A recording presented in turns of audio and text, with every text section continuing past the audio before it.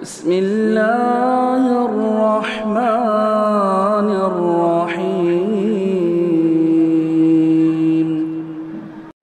آج کے جمعے کا موضوع ہے اپنے گھر والوں کو جہنم کی خطرناک آگ سے بچا لو۔ دراصل یہ عنوان قرآن مجید کی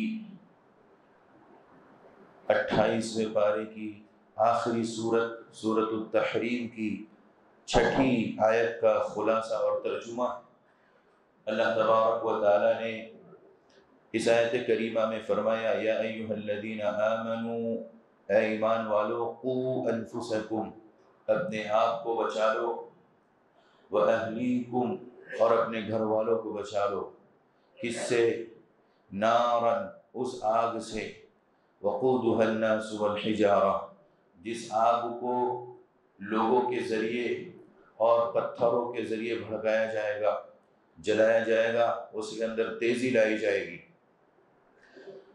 محترم بھائیوں، اس آیت کریمہ کی جو گفتگو ہے مجھے اور آپ کو اس بات پر مجبور کرتی ہے کہ رب کریم جو عرش معلی پر مستوی وہ ذات، وہ اللہ رب العزت کتنا کریم ہے، کتنا رحیم ہے اپنے اہل ایمان بندوں کے لیے، کیونکہ مخاطب اللہ رب العزت نے اہل ایمان کو کیا۔ یا ایھا الذین آمنوا کہا، یا ایھا الناس نہیں کہا، یا ایھا الذین کفروا نہیں کہا، یا ایھا الذین ہادوا نہیں کہا، اور بھی بہت سارے الفاظ ہو سکتے تھے، لیکن اللہ تبارک و تعالیٰ کا اہل ایمان کو مخاطب کرنا یہ اللہ رب العزت کی اہل ایمان سے خیر خواہی کی دلیل ہے۔ رب کریم اپنے اہل ایمان بندوں سے کتنی محبت کرتا ہے اور کتنا خیر خواہ ہے، پہلے سے متنبہ کر دے رہا ہے کہ تم اپنے آپ کو اور اپنے بال بچوں کو، اپنے گھر میں رہنے والے، آپ کے ماتحت، ہمارے ماتحت جتنے لوگ ہیں، عورتیں ہیں، بچے ہیں، بوڑھے ہیں، جوان ہیں، خواتین ہیں، مرد ہیں، کوئی بھی ہے، اگر ہمارے ماتحت رہنے والے لونڈی ہیں اور اسی طرح سے نوکر چاکر ہیں، تمام کو جہنم کی آگ سے بچا لو۔ اس آیت کریمہ کی تفسیر میں اگر ہم دیکھیں تو مفسرین میں سے تین تفسیریں، اس کا حوالہ اور اس کا خلاصہ میں آپ کے سامنے پیش کر رہا ہوں۔ احسن البیان، تیسیر الرحمن، ابن کثیر وغیرہ کے حوالے سے تمام مفسرین نے اس بات کی طرف اشارہ کیا ہے کہ ایک سوال پیدا ہوتا ہے کہ اگر اللہ رب العزت یہ کہتا ہے کہ اپنے بچوں کو، اپنے گھر والوں کو بچا لو، تو کیسے بچایا جائے؟ کیا انہیں قید کر کے رکھ دیا جائے؟ کیا انہیں جکڑ کر کے رکھ دیا جائے؟ انہیں باندھ کر کے رکھ دیا جائے؟ یا انہیں ان کے اوپر ہمہ وقت جو ہے کوڑا لے کر کے سوار ہوا جائے؟ کیسے انہیں بچایا جائے؟ مفسرین کہتے ہیں کہ اس آیت کریمہ میں اللہ رب العزت نے کہا کہ تم اپنے بچوں کی دینی اور ادب کے اعتبار سے اسلامی تربیت کرو، اپنے بچوں کی، اپنے گھر والوں کی اسلامی تربیت کرو، اصلاح کرو، آپ کے ہمارے گھر میں جو بھی خرابیاں نظر آ رہی ہیں اسے ختم کرنے کی کوشش کرو۔ نمبر 2، اطاعت و فرما برداری کا حکم دو، اپنے بال بچوں کو، اپنے گھر والوں کو، تمام کے تمام لوگوں کو اطاعت کا حکم دو، کہو کہ یہ اللہ کا حکم ہے، کہو کہ اس پر اللہ کا حکم ہے، واجب ہے، فرض ہے، اس کو پڑھنا پڑے گا، اس کو کرنا پڑے گا۔ اس طرح سے اطاعت پر، فرما برداری پر انہیں ابھارا جائے۔ اسی طرح سے تیسری بات مفسرین نے ذکر کی کہ ہر طرح کی نافرمانی، ہر طرح کی بری باتوں سے انہیں روکا جائے۔ دنیا کے اندر جتنے گناہ ہیں، دنیا کے اندر جتنی نافرمانی کے کام ہیں، تمام سے اپنے گھر والوں کو روک دیا جائے، انہیں اس بات کی نصیحت کی جائے یہ غلط کام ہے، یہ خطرناک کام ہے، یہ ہلاکت والا کام ہے، یہ جہنم میں لے جانے والا کام ہے۔ اپنے آپ کو اور اپنے گھر والوں کو ان تمام چیزوں سے بچانا ہم سب کی ذمہ داری ہے۔ محترم بھائیوں، ہم اس سوال کا جواب قرآن مجید سے پوچھتے ہیں، سوال کرتے ہیں کہ ہم اپنے بچوں کو اپنے گھر والوں کو کیسے بچائیں، اپنے گھر والوں کی اصلاح کیسے کریں، کیسے جہنم کی دہکتی ہوئی بھڑکتی ہوئی خطرناک آگ جو انسان کو جاتے کے ساتھ اس میں داخل ہوتے کے ساتھ جلسہ دے گی، اس کی چمڑیاں ادھیڑ دے گی، اس کی باڈی کے پانی کو نکال دے گی اور اس کے اندر کی تمام چیزوں کو ہلا کر کے رکھ دے گی، اتنی خطرناک آگ سے اپنے بچوں کو اپنے گھر والوں کو کیسے بچائیں؟ سوال کرتے ہیں قرآن مجید سے، اس کا جواب ہمیں کئی قرآنی آیات میں ملتا ہے۔ چنانچہ سورہ لقمان پڑھیے، سورہ لقمان میں لقمان حکیم نے اپنے بچے کو جتنی نصیحتیں کی وہ ساری نصیحتیں اس آیت کریمہ کی عین مطابق ہے۔ قرآن کریم میں سورہ لقمان کی آیت نمبر 12 سے لے کر کے 19 تک آپ پڑھ جائیے، لقمان حکیم کی ایک ایک نصیحت جہنم سے بچانے، اپنے گھر کی اصلاح کرنے کے بارے میں ہے۔ قرآن کیا کہتا ہے؟ لقمان حکیم اپنے بیٹے کو کہتے ہیں یا بنی لا تشرک باللہ ان الشرک لظلم عظیم، اے میرے بیٹے، اے میرے لختے جگر پیارے بیٹے، ننے منے بچے ہیں، یا بنی، اتنا پیار ہے اس کے اندر، اتنی محبت ہے باپ کی اپنے گھر والوں کے تعلق سے، اپنے بال بچوں کے تعلق سے، اپنی اولاد کے تعلق سے ہمدردی رکھنے والا باپ کیسی نصیحت کر رہا ہے؟ کہتا ہے لا تشرک باللہ، بیٹے کبھی اللہ کے ساتھ کچھ بھی شریک نہیں کرنا، کبھی بھی شرک نہ کرنا، ان الشرک لظلم عظیم، بلا شبہ شرک بہت بڑا ظلم ہے۔ میں آپ سے پوچھتا ہوں، میں اپنے آپ سے سوال کرتا ہوں، ہم میں سے اپنے آپ میں سے جتنے لوگوں نے اپنے بال بچوں کی تربیت کی، کتنی مرتبہ انہیں شرک سے ڈرایا ہے، کتنی مرتبہ انہیں شرک کے بارے میں بتایا کہ اس کی قباحتیں، اس کی شناعتیں، اس کی خطرناکیاں بہت خطرناک ہیں، بہت ذلیل اور رسوا ہوتا ہے جو مشرک ہوتا ہے، جو شرک کرتا ہے۔ یہی بات اللہ تبارک و تعالیٰ نے 12ویں پارے میں نوح علیہ السلام کے بارے میں ذکر کی۔ نوح علیہ السلام کا بیٹا ان کی آنکھوں کے سامنے ڈوب رہا ہے، پانی کے حوالے غرق آب ہو رہا ہے، بیٹے کی محبت ہے، گرچہ وہ کفر پر تھا، گرچہ وہ مشرک تھا، اللہ کا انکار کرنے والا تھا، لیکن باپ کی محبت کیسی کہ اپنے گھر والوں کی اصلاح اس کی آخری وقت آخری دم تک کرتا رہا۔ وہ باپ کیسا ہے؟ نوح علیہ السلام کہتے ہیں یا بنیا ارکم معنا، اے بیٹے ہمارے ساتھ سوار ہو جا، اس کشتی میں سوار ہو جا، یہ اہل توحید کی کشتی ہے، یہ اہل ایمان کی کشتی ہے، اس کشتی میں سوار ہو جا، سیدھے جنت جائے گا۔ اور اگر تو آج کے دن اس کشتی میں سوار نہیں ہوا جو اہل توحید کی ہے، اہل ایمان کی ہے، تو یاد رکھنا تیرا ٹھکانہ جہنم ہے، دہکتی ہوئی آگ ہے۔ وَلَا تَكُن مَعَ الْكَافِرِينَ، کافروں میں سے مت ہو جا، انکار کرنے والوں میں سے مت ہو جا، اللہ کا نافرمان مت بن، تو فرما بردار بن جا۔ لیکن بیٹا ضدی تھا، بیٹے نے کہا یہ پہاڑ جو دکھ رہا ہے آپ کو اتنا اونچا، جودی پہاڑی پر چڑھ جاؤں گا، یہ پانی مجھے کچھ نہیں کر سکتا، میرا ایک بال بھی وہاں کا نہیں کر سکتا، باঁکا نہیں کر سکتا، ٹیڑھا نہیں کر سکتا، بگاڑ نہیں سکتا، مجھے غرقاب نہیں کر سکتا، یہ پانی مجھے کچھ بھی نہیں کر سکتا۔ اللہ رب العزت، اللہ اکبر، چیلنج پانی کو نہیں تھا، یہ اللہ کے عذاب کو تھا، اللہ تبارک و تعالیٰ کے جلال کو تھا، اللہ کی عزت کو تھا۔ اللہ رب العزت نے اسی دوران ایک بڑی موج وہاں پر جاری کر دی، اور بات کرتے کرتے بیٹے کے اور باپ کے درمیان جو گفتگو ہو رہی تھی، اسی درمیان اس موج نے اپنے اندر بچے کو سمو لیا، اور دیکھتے ہی دیکھتے وہ بچہ غرقاب ہو گیا۔ محترم بھائیوں، میں سوال کرنا چاہتا ہوں آپ سے، میں اپنے آپ سے پوچھنا چاہتا ہوں، کتنے لوگوں نے اپنے بال بچوں کو، اپنے گھر والوں کو شرک سے منع کیا ہے؟ کتنے لوگ ہیں؟ آپ اپنے آپ میں سوچیں، میں اپنے آپ میں سوچوں۔ انشاءاللہ جب یہ سوچ اور فکر ہمارے ذہن و دماغ میں ہوگی تو شرک ہمارے گھروں سے ختم ہو جائے گا، شرک ہمارے سماج سے ختم ہوگا۔ یہی نہیں بلکہ شرک ختم ہوگا تو توحید جنم لے گی، توحید کا بول بالا ہوگا، توحید کا علم اور جھنڈا وہاں پر دکھے گا، اور توحید کے بارے میں غور و فکر کرنے اور اس کی تعلیم حاصل کرنے کی سوچ اور فکر ہمارے اندر پیدا ہو جائے گی۔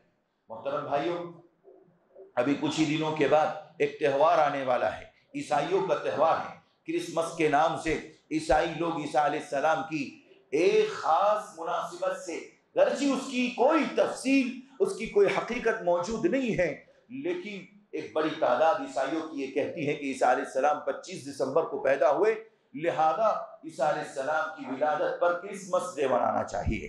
میں آپ سے کہنا چاہتا ہوں، میں اس مناسبت سے آپ کے گوشے گزار یہ بات کرنا چاہتا ہوں، یہ حوالے کرنا چاہتا ہوں کہ کتنے گھر والوں نے، کتنے ہمارے مسلم بھائیوں نے اپنے بال بچوں کی اس بات کی نصیحت کی کہ یہ کرسمس ڈے منانا اور اس مناسبت سے ایک دوسرے کو مبارکبادی پیش کرنا، یہ سراسر شرک ہے، یہ سراسر شرک ہے۔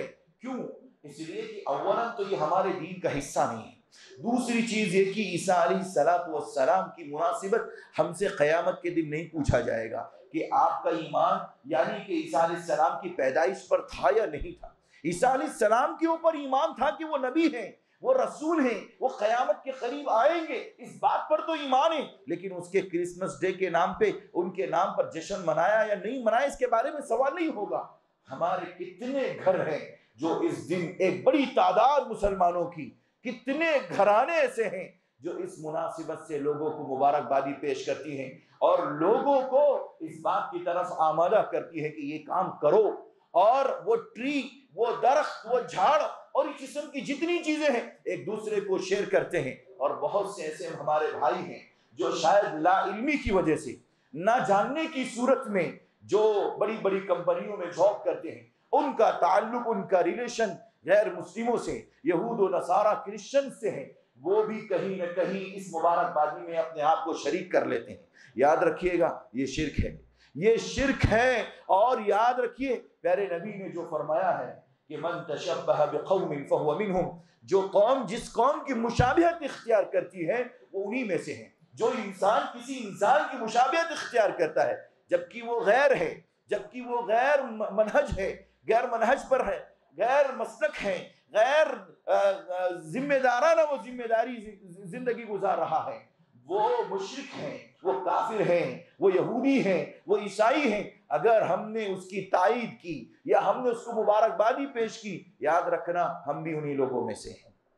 شریعت نے ہمیں اس بات کی تعلیم دی ہے کہ اس مناسبت سے کلی طور پر اپنے آپ کو بچا کر کے رکھیں، اپنے بال بچوں کو نصیحت کریں، قطعاً ان کے قریب نہ جائیں، قطعاً اس بات کا کوئی بھی کام ہمارے ذریعے نہیں ہونا چاہیے، اس بات کا ہمارے سامنے احساس ہونا چاہیے کہ ہمیں قرآن و سنت کے مطابق ہی زندگی گزارنا چاہیے۔ اسی طرح محترم بھائیو، لقمان حکیم نے جو دوسری نصیحت کی اپنے بچے کو، اللہ نے فرمایا یا بنی انہا ان تک مثقال حبۃ من خردل او تکن فی صخرۃ او فی السماوات او فی الارض یأتی بها اللہ ان اللہ لطیف خبیر۔ لقمان حکیم نے اپنے بیٹے کو نصیحت کرتے ہوئے کہا کہ بیٹے دیکھو، کوئی بھی چیز رائی کے دانے کے برابر پہاڑ کی چٹان میں ہو یا آسمانوں میں ہو، یہ زمین کے اندر ہو، یأتی بها اللہ، اللہ تبارک و تعالیٰ اسے ضرور لے کر کے آئے گا۔ میرے اور آپ کے بارے میں، ہمارے اور آپ کے بارے میں، ہمیں اپنے بارے میں سوچنا ہے، اپنے گھر والوں کے بارے میں، اپنے بال بچوں کے بارے میں سوچنا ہے کہ لقمان حکیم اس آیت میں کیا نصیحت کر رہے ہیں۔ اپنے بیٹے کو کہہ رہے ہیں کہ بیٹے، رائی کے دانے کے برابر اگر نیکی ہے، وہ پہاڑ کے چٹانوں میں ہو، آسمانوں میں ہو یا روئے زمین کے اندر کہیں پر بھی ہو۔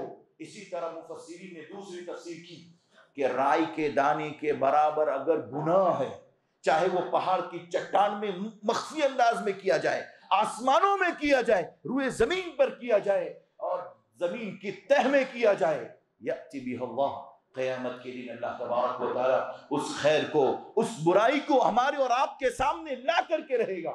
لقمان حکیم نے اپنے بیٹے کو نصیحت کرتے ہوئے کہا بیٹے اپنے آپ کو مکمل طریقے سے آخرت کی تیاری کرنے والا بنانا، نیکی کرے تو ایسی کرو کہ جو اللہ رب العزت کو راضی کر دے، چاہے وہ تم خفیہ طور پر کرو یا ظاہراً کرو، اللہ کو راضی کرنے والی کرو۔ اپنے بچوں کو ہمیں اور آپ کو نصیحت کرنا ہے، بیٹے کہیں پر بھی نیکیاں کرو، کہیں پر بھی نیکیاں کرو، چاہے وہ چھوٹی ہو یا بڑی، اسے حقیر نہیں سمجھنا، ان نیکیوں کو اللہ کی رضامندی کی خاطر کرنا، اور گناہ چاہے وہ چھوٹا ہو یا بڑا کہیں پر بھی مت کرنا، نافرمانی کے کام کہیں نہیں کرنا. یہ مت سوچنا کہ مجھے میرے باپ نہیں دیکھ رہے ہیں, میری ماں نہیں دیکھ رہی ہے, گھر کا کوئی فرد نہیں دیکھ رہا ہے, میں چادر کے اندر ہوں, میں لحاف اور رضائی کے اندر دیکھ کر چھپ کر کے لیٹ کر کے میں چیٹنگ کر رہا ہوں یا چیٹنگ کر رہی ہوں, کوئی نہیں دیکھ رہا, نہ دیکھے کوئی بات نہیں, لیکن ایک نگاہ ہے.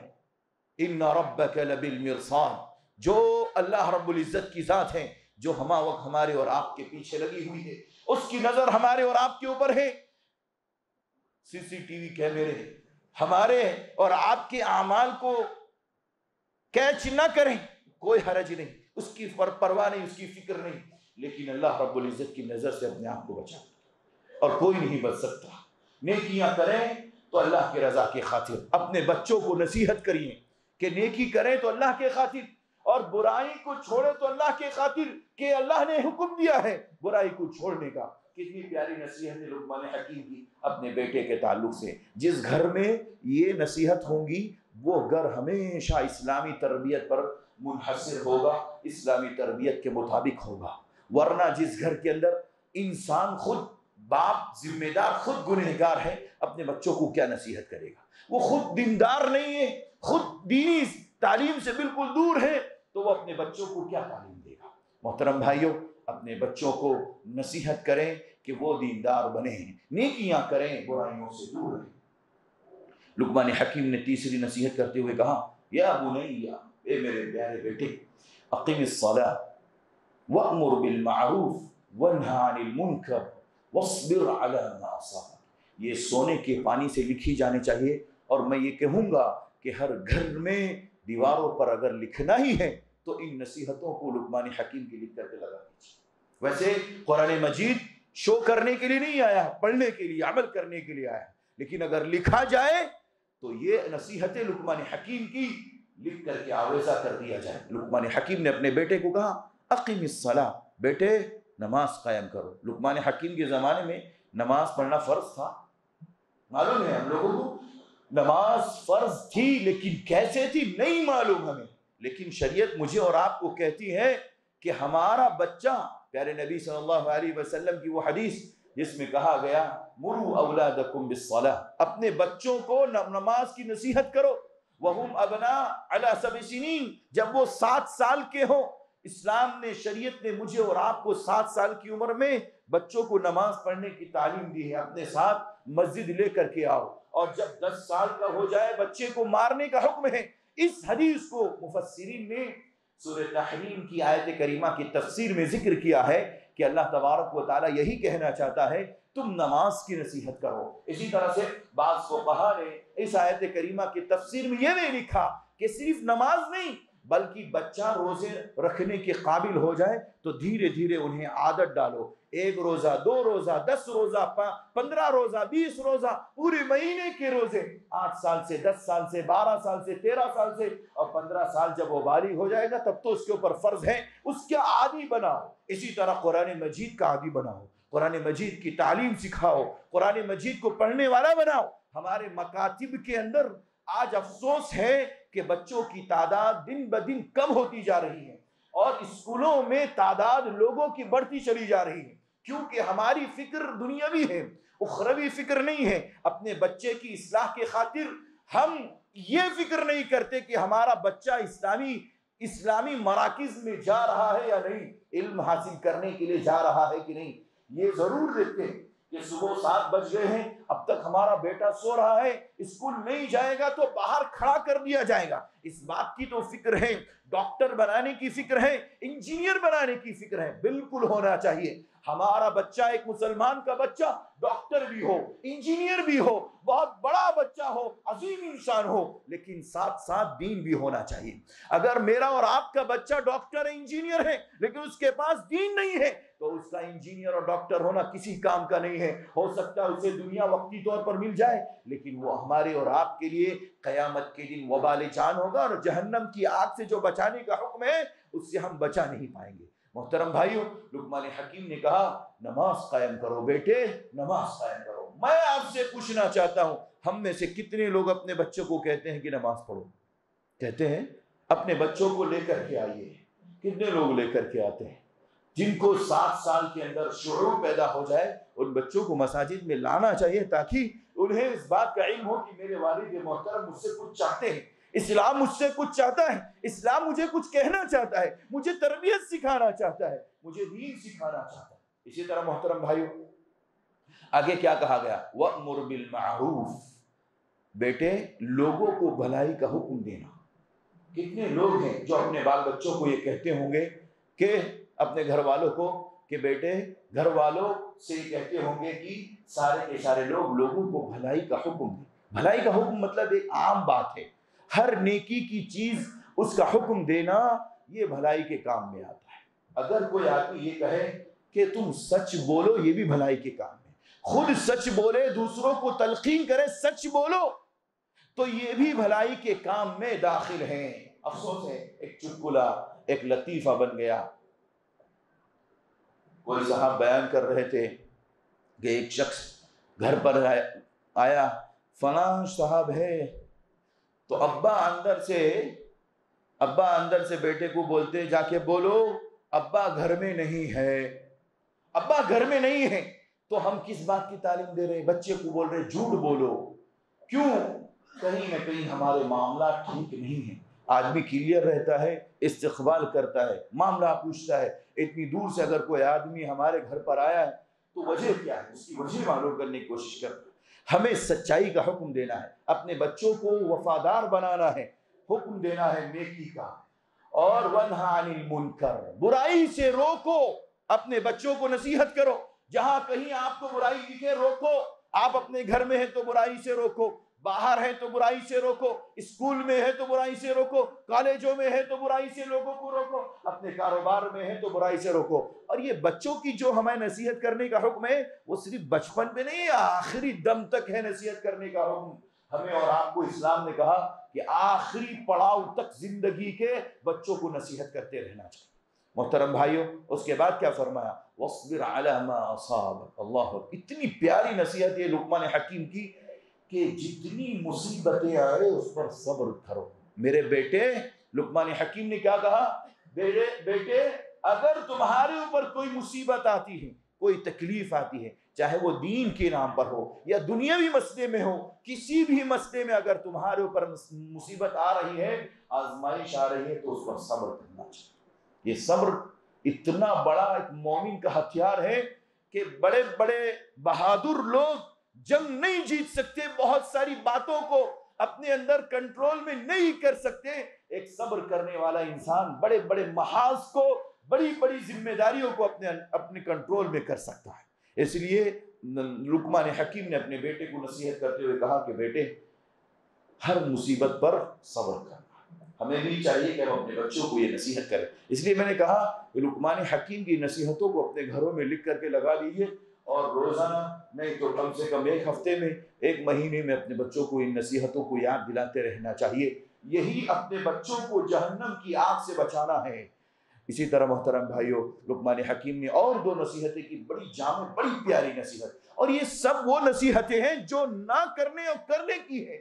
فرما برداری کی بھی ہے اور نافرمانی کی بھی ہے کہ نافرمانی سے بچا جائے، فرما برداری کے کاموں کو کیا جائے۔ آگے کہا گیا، لقمان حکیم نے کہا یا بیٹے وَلَا تُصَعِّرْ خَدَّكَ لِلنَّاسِ وَلَا تَمْشِ فِي الْأَرْضِ مَرَحًا۔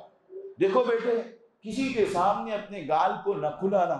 لوگوں کے سامنے، آپ کے سامنے کوئی محبت سے ملنے کے لیے آ رہا ہے، سلام کر رہا ہے، دعا کر رہا ہے، آپ کے سامنے کھڑے ہو کر کے آپ سے کچھ چاہ رہا ہے، آپ ان کی گفتگو کو سنیں، اچھی طرح سے سننے کی کوشش کریں۔ ضرور ہے کہ ہمارے اور آپ کے معاملات ایسے ہو سکتے ہیں کہ کسی سے تکلیف ہو، کسی سے رنجش ہو، دل کے اندر تکلیف پہنچی ہوگی، لیکن جب کبھی کوئی آدمی آپ سے محبت سے ملے تو خندہ پیشانی کے ساتھ اس سے ملنے کی کوشش کرنا۔ ہم اپنے بچے کو نصیحت کرتے ہیں اس بات کی؟ نہیں کرتے۔ کیوں نہیں کرتے؟ اس لیے کہ ہمیں اس کا علم نہیں ہے۔ وَلَا تَمْشِ فِي الْأَرْضِ مَرَحًا، کہا گیا زمین پر اکڑ کر کے مت چلو۔ زمین کو نہ تو تم چیر سکتے ہو، نہ زمین کو پھاڑ سکتے ہو، نہ زمین کے اندر تم سوراخ کر کے اس کے اندر داخل ہو سکتے ہو، نہ پہاڑ کی چٹان پر پہنچ سکتے ہو۔ کیوں؟ اس لیے کہ زمین پر جو بھی اکڑ کر کے چلتا ہے یہ کفر ہے اور نافرمانی ہے، یہ انکار ہے، یہ فرعونیت ہے، یہ حامانیت اور قارونیت ہے، یہ ابو جہل کی یہ شان ہے، یہ ابو لہب کی شان ہے۔ ابو بکر کی شان تو کیا ہے؟ یمشون علی الارض ہونا، زمین پر چلتے تو نہایت نرمی اور سنجیدگی کے ساتھ۔ آپ کے ہمارے بچوں کے اندر ایسا وقار ہونا چاہیے، ایسا شرف ہونا چاہیے، ایسی سنجیدگی ہونی چاہیے کہ چلتے ہوئے دکھنا چاہیے کہ یہ بندہ، یہ بچہ واقعی ایک اچھے گھرانے سے تعلق رکھتا ہے۔ لقمان حکیم نے اپنے بیٹے کو نصیحت کرتے ہوئے کہا وَلَا تَمْشِ فِي الْأَرْضِ مَرَحًا، اسی طرح سے آگے نصیحت کرتے ہوئے کہا وَاقْصِدْ فِي مَشْيِكَ وَاغْضُضْ مِنْ صَوْتِكَ إِنَّ أَنْكَرَ الْأَصْوَاتِ لَصَوْتُ الْحَمِيرِ۔ کہا کہ بیٹے اپنی چال میں میانہ روی اختیار کرو، درمیانی چال چلو، نہ بہت تیز چلو نہ بہت سست اور کاہل ہو کر کے چلو، بلکہ میانہ درمیانی چال۔ آپ کی چال میں شرافت ہونی چاہیے، آپ کی چال میں بچے کو نصیحت کرنا، یہ بچپن میں لقمان حکیم بچپن میں نصیحت کر رہے ہیں۔ ہمیں اپنے بچوں کی یہ نصیحت دینی ہے کہ بیٹے جب چلنا ہے زمین پر تو اکڑ کر کے نہیں چلنا۔ دوسری چیز، چال اور ڈھال میں میانہ روی ہونی چاہیے، درمیانی راہ ہونی چاہیے، نہ تو بہت تیز نہ تو بہت سست۔ اس کی وجہ کیا ہوگی؟ اس کی وجہ یہ ہوگی کہ آپ کی چال سے پتہ چلے گا کہ ایک شریف بچہ جا رہا ہے، ایک شریف گھرانے کا بچہ، ایک اسلامی تربیت میں رہنے والا، اسلامی ماحول میں رہنے والا یہ بچہ یہاں سے گزر رہا ہے، اور اس سے لوگوں کو نصیحت ملے گی کہ ہمارا کاش کہ ہمارا بچہ بھی ایسا ہی ہو جائے۔ آگے کہا جا رہا ہے وَاغْضُضْ مِنْ صَوْتِكَ، اپنی آواز کو پست رکھا کرو۔ بیٹے اپنی آواز کو پست رکھو، بلا ضرورت چیخنا چلانا، بلا ضرورت ہنگامے کرنا، چاہے وہ گھر میں ہو یا باہر میں ہو، مساجد میں ہو یا بازار میں ہو، کہیں پر بھی ہو، بلا ضرورت ہنگامے کرنا غیر شرعی عمل ہے۔ اسلام اس کو قطعاً پسند نہیں کرتا۔ اور اللہ کیا کہتا ہے؟ اللہ نے آخری لفظ میں کہا ان انکر الاصوات لصوت الحمیر۔ یاد رکھنا، جو شور ہنگامے کرتا ہے، جو ببال مچاتا ہے، جو اپنی زبان سے لوگوں کو تکلیف دیتا ہے اور چیخ و چلا کر کے آواز نکال کے گفتگو کرتا ہے، ایسے لوگوں کی آواز گدھوں سے بھی بدتر ہے، کیونکہ گدھوں کی آواز سب سے بدترین مانی گئی۔ اللہ نے حمیر کہا کہ دنیا کے اندر سب سے بری آواز اگر کسی کی مانی گئی تو وہ گدھوں کی مانی گئی ہے۔ ہمیں گدھوں کی طرح چیخنا چلانا نہیں ہے، ہمیں پست آواز میں نرمی سے گفتگو کرنی ہے، پیار اور محبت سے ہمیں اپنے بچوں کو تعلیم دینی ہے، پیار اور محبت سے اپنے بچوں کو یہ تعلیم دیں کہ گفتگو کرے کسی سے بھی تو اچھے انداز میں کرے، لگنا چاہیے کہ ایک شائستہ انسان ہے، لگنا چاہیے کہ ایک معتبر گھرانے سے ہے، لگنا چاہیے کہ اس کا باپ دیندار ہے، اس کی ماں دیندار ہے، اس کا گھر دیندار ہے، اس کے گھر کے ہر شخص دیندار ہے۔ زبان سے ایسا لگنا چاہیے، ایسا بول بولیں جو میٹھا ہو، جو دل میں اثر کر جائے۔ میرے اور آپ کے، ہمارے اور آپ کے بچوں کو ہمیں یہی نصیحت کرنی ہے، اور یہ ساری نصیحتیں ہم سب کے اپنے گھر کے بچوں کی نجات کا ذریعہ ہے اور جہنم سے نجات کا ذریعہ ہے۔ اگر ہم نے یہ نصیحتیں اپنے بال بچوں کو نہیں کی، یاد رکھنا قیامت کے دن اللہ تبارک و تعالی ہماری پکڑ کرے گا اور سخت پکڑ کرے گا، کیونکہ بچوں کی تربیت ماں باپ کے اوپر واجب و ضروری ہے۔ آخری بات بتا کر کے اپنی بات کو ختم کروں گا۔ چونکہ گھر میں عورتیں، خواتین، بیویاں بھی ہیں، ان لوگوں کے بارے میں بھی ہماری اور آپ کی ذمہ داری یہ ہونی چاہیے، کیونکہ اہل کے اندر صرف بچے نہیں آتے، بچوں کے علاوہ عورتیں بھی آتی ہیں، جو بھی گھر کے اندر ہے، سب کے بارے میں اسلام نے کہا کہ انہیں اچھی نصیحت کرنی چاہیے۔ ہمارے گھر کی خواتین ہیں، ان خواتین کو ہم نصیحت کریں کہ جب بھی آپ کو ضرورت کے پیش نظر باہر جانا ہو تو باپردہ ہو کر کے، پہلے تو یہ کہ آپ اپنے گھروں میں رہیں۔ کیوں؟ قرآن میں اللہ رب العزت نے پیارے نبی صلی اللہ علیہ وسلم کے گھر والوں کو کہا، اور گھر کی خواتین سے نصیحت کرتے ہوئے کہا کہ وَقَرْنَ فِي بُيُوتِكُنَّ وَلَا تَبَرَّجْنَ تَبَرُّجَ الْجَاهِلِيَّةِ الْأُولَىٰ۔ گھر کی خواتین کو چاہیے کہ وہ گھروں میں بیٹھی رہیں، اپنے چار دیواریوں کے اندر اپنی ساری ضرورتوں کو پورا کریں، اور ضرورت کے پیش نظر جانا ہے تو باپردہ ہو کر کے جائے، اور زمانے جاہلیت کی رنگینیاں، زمانے جاہلیت کے بناؤ سنگار کر کے لوگوں کے درمیان نہ جائیں۔ خوشبو لگا کر کے، عطر لگا کر کے، میک اپ کر کے، اور نہ جانے کون کون سی چیزیں کر کے اپنے گھروں سے باہر نہ جائیں۔ یہ ہماری ذمہ داری ہے، ہم اپنی خواتین کو، اپنے گھر کی عورتوں کو نصیحت کریں۔ کیوں؟ قرآن حکیم میں اللہ تبارک و تعالیٰ نے 2 نبیوں کا تذکرہ کیا، لوط علیہ السلام اور نوح علیہ السلام۔ ان کی بیویاں خائنہ تھی، گھر کی باتیں باہر بتا دیتی۔ ہماری بیویوں کو ہم یہ بھی نصیحت کریں، میرے اور آپ کے درمیان جو بھی گفتگو ہوگی، جو بھی بات ہوگی، چاہے وہ خیر کی ہو یا کسی طرح کی انبن ہو، وہ گھر کے باہر نہیں جانا چاہیے، گھر کے باہر نہیں جانا چاہیے۔ یہ امانت ہے، اور ہر ایک میاں بیوی، شوہر اور بیوی دونوں اپنے میں آپس میں ایک دوسرے کے امین ہیں۔ اس امانت کی ذمہ داری ہمیں خود کرنی ہے، اس بات کی ہمیں اپنے گھر والوں کو نصیحت کرنی ہے۔ اسی طرح محترم بھائیوں، ہمیں اپنے گھر کی خواتین کو یہ بھی نصیحت کرنا چاہیے کہ دیکھو، دنیا کے اندر اللہ تبارک و تعالیٰ نے مسلمان مرد کو قوام بنایا ہے، اور رجال قوامون علی النساء، عورتوں پر اللہ تبارک و تعالیٰ نے مردوں کو ذمہ دار بنایا۔ لہذا تم اپنے آپ کو ذمہ دار نہ سمجھنا، مردوں کے اوپر فائق ہونے کی کوشش نہ کرنا، ورنہ گنہگار ہوں گے، نافرمان ہو جاؤ گے، اور نتیجہ یہ ہوگا کہ جو گھر کا ماحول ہے پورا درہم برہم ہو جائے گا۔ اور افسوسناک بات ہے کہ ہمارے سماج میں آج اس طرح سے یہ عام ہے کہ ہم ساری ذمہ داریوں کو عورتوں کو دے دیں۔ ٹھیک ہے، تم کر لو، جاؤ شاپنگ تم کر لو، بال بچوں کے کپڑے تم خرید کے لے کے آؤ، سامان تم لے کے آؤ، اور تم کیا کرو گے؟ ہم گھر پہ بیٹھ کے آرام کریں گے، موبائل چلائیں گے اور آرام کی نیند لیں گے۔ نعوذ باللہ، یہ گھر کی اصلاح نہیں، یہ گھر کا بگاڑ ہے، یہ گھر کا بگاڑ ہے۔ یہ ساری باتیں اسلام، شریعت ہمیں بتاتا ہے، سکھاتی ہے شریعت اسلامیہ۔ ہمیں سب کو اس بات کی طرف توجہ دینے کی ضرورت ہے، ہم اپنے گھروں کو کیسے جنتی بنائیں، اپنے گھروں کی اصلاح کیسے کریں۔